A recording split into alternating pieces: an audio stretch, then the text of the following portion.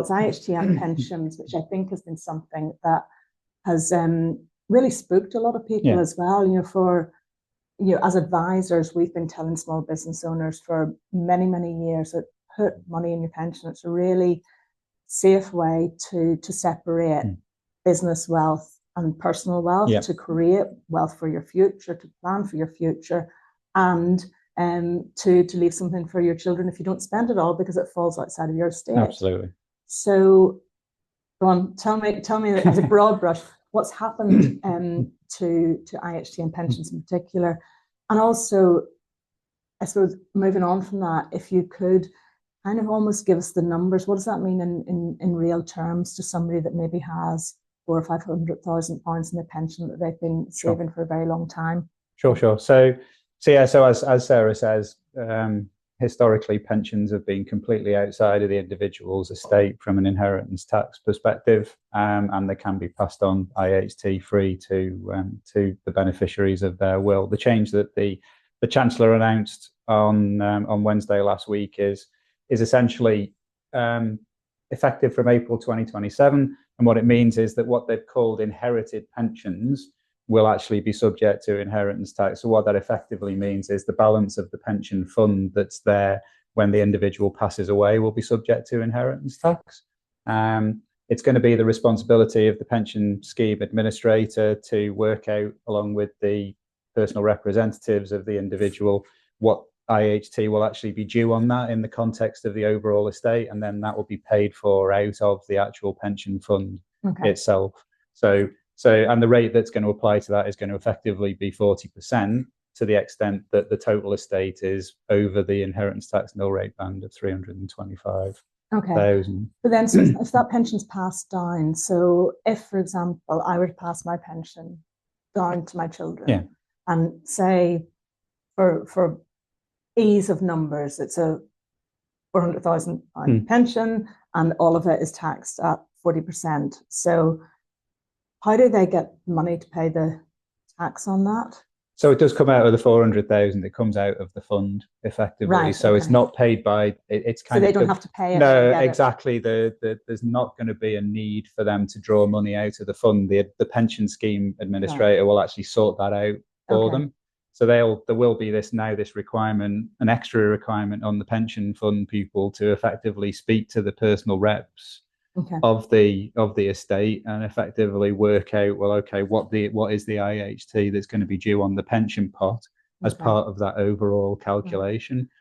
I'm going to ask you more questions now. Because, just for the record, just to be absolutely crystal clear, neither Paul nor I are financial advisors, pension advisors.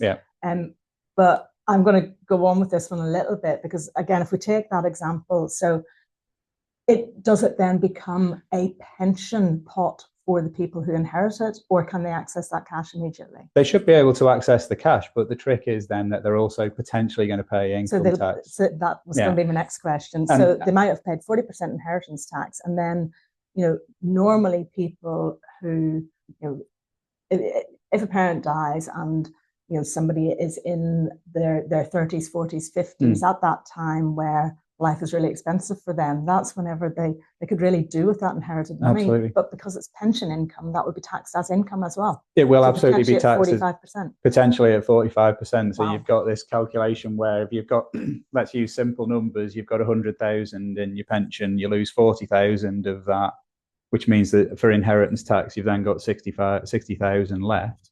You then potentially pay up to 45% income tax on accessing that 60,000. So the effective tax rate could be as high as 67, I think it is, percent on that. What makes it even worse potentially is each individual has their 325,000 inheritance tax nil rate band. And I think we should say if the pension passes to your spouse on death, then it's only on second death that the tax would arise in terms of the inheritance tax. But each individual has their 325,000, and if they pass their main residence down to the next generation on death, then they also get an extra 175,000, which we call the resident nil rate band. So they could have up to, for a married couple on second death, there could be up to £1 million of tax free, which would potentially cover the pension. But that residence nil rate band starts to erode away once you get over a total estate of £2 million. So if you imagine a situation where at the moment, let's say the total estate between the two is 1.8 million, you'd think, well, I'm going to get my full residence nil rate band here. If you've got £500,000 in your pension fund, that makes your total estate 2.3, which means that you lose something like 150,000 of that residence nil rate band. So depending on the numbers, I think somebody worked out that it could be as high as an effective rate of tax on the pension fund of up to 90%. Wow. By the time you've taken into account all of the knock-on impacts, income tax and inheritance tax. Okay.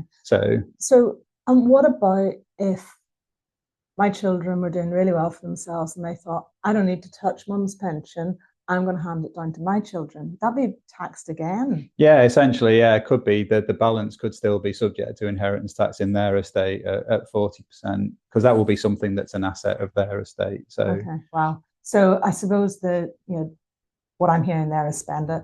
It. Those tax savings become even more. Yeah, I mean, I think this is the thing. Or gifted early. Well, and I think when we're getting into talking about gifting and stuff like that, there's a really complicated kind of, people get very excited, quite rightly, about inheritance tax, but there's a danger that they actually give everything away and find themselves with nothing left.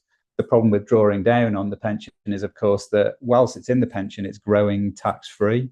So as soon as you draw it down, that growth ends and you're paying income tax potentially on drawing it down after your 25% tax-free amount. So I think there is no one-size-fits-all solution, but I think the old, well, I'll just, pop a load of cash into my pension and leave it to the next generation, that simple bit of planning really needs to be revisited by everybody to understand, what is the best option for them, and how does that interact with the rest of their estate as well. So it just throws the whole estate planning piece up into the air, to be honest. And I haven't asked you this question, so you may not have the answer at the tip of your fingertips. Do we know when this comes into effect, or is it still in consultation for the final detail? So the D-Day is the 6th of April 2027, but there is an ongoing, what they've called a technical consultation, but essentially there is the opportunity to feed into that. And I have to say, my personal view is that, going back to our favourite expression, the law of unintended consequences, then my hope, and maybe hope rather than expectation, would be that there'll be some tweaking that potentially carves out, say, pension balances up to a certain amount, or effectively quarantines it outside of the estate so it doesn't impact on, say, the residence nil rate band, because I'm not convinced that all of this stuff has really been thought out. Right. So we have got quite a long lead time. And so the other message is, don't necessarily jump now in haste when it may actually change before it's actually implemented. But obviously we need more detail, really, to be able to understand exactly how this is going to impact.